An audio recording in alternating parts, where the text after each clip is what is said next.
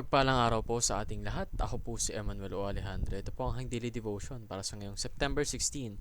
And for today, we are going to talk about humility and how humility makes us beautiful. May kita po natin ito sa Philippians chapter 2 verse 3 to 4 na nagsasabing, "Do nothing out of selfish ambition or vain conceit.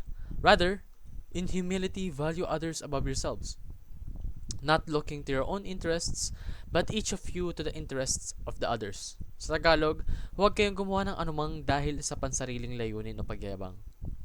Sa halip, bilang tanda ng pagpapakumbaba, ituring ninyong higit ang iba kaysa sa inyong mga sarili.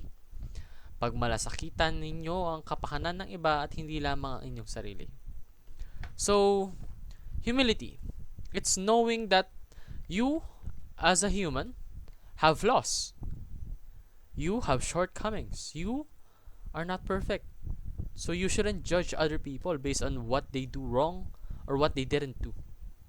Kasi you yourself cannot say that, no? You don't have the right, lalong-lalo na dahil ikaw mismo nakagawa ng masama. Kasi humility is being selfless. Of course, selfless 'yun, no? Kasi hindi mo gino-glorify yung sarili mo eh. Hindi mo binibigyan ng rason yung sarili mo upang maging overconfident.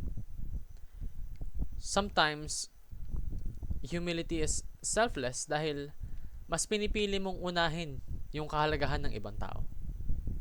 Pangalawa, humility values others above oneself. Yun nga, sanabi ko, no? Humility makes it so that yung interest ng ibang tao nasa isip mo rin. Hindi lang yung sarili mong kagustuhan, hindi lang yung sarili mong kapakanan, no? And humility seeks the good of others. Maaring mahirap makita yung kabutihan ng isang tao, pero in humility, lalong-lalo na yung humility ng tinuturo sa Biblia, you naturally can find the beauty and the goodness in everyone and everything, no? Sadyang kailangan mo lang talagang humingi ng guidance sa Panginoon. So, paano nga ba natin makakamit yung humility? Una, practice selflessness.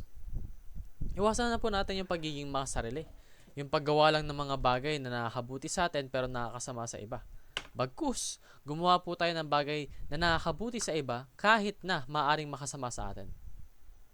Pangalawa, embrace a countercultural way of life.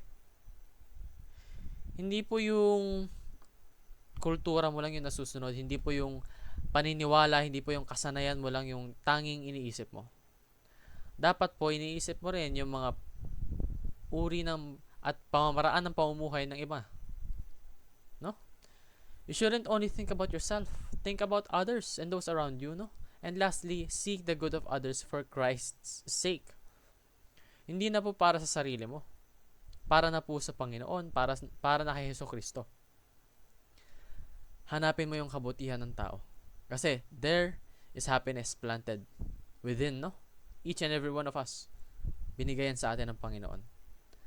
Yun lang po ang aking daily devotion. Maraming salamat sa pakikinig. Pagpalain po tayong lahat and let us all give glory to God.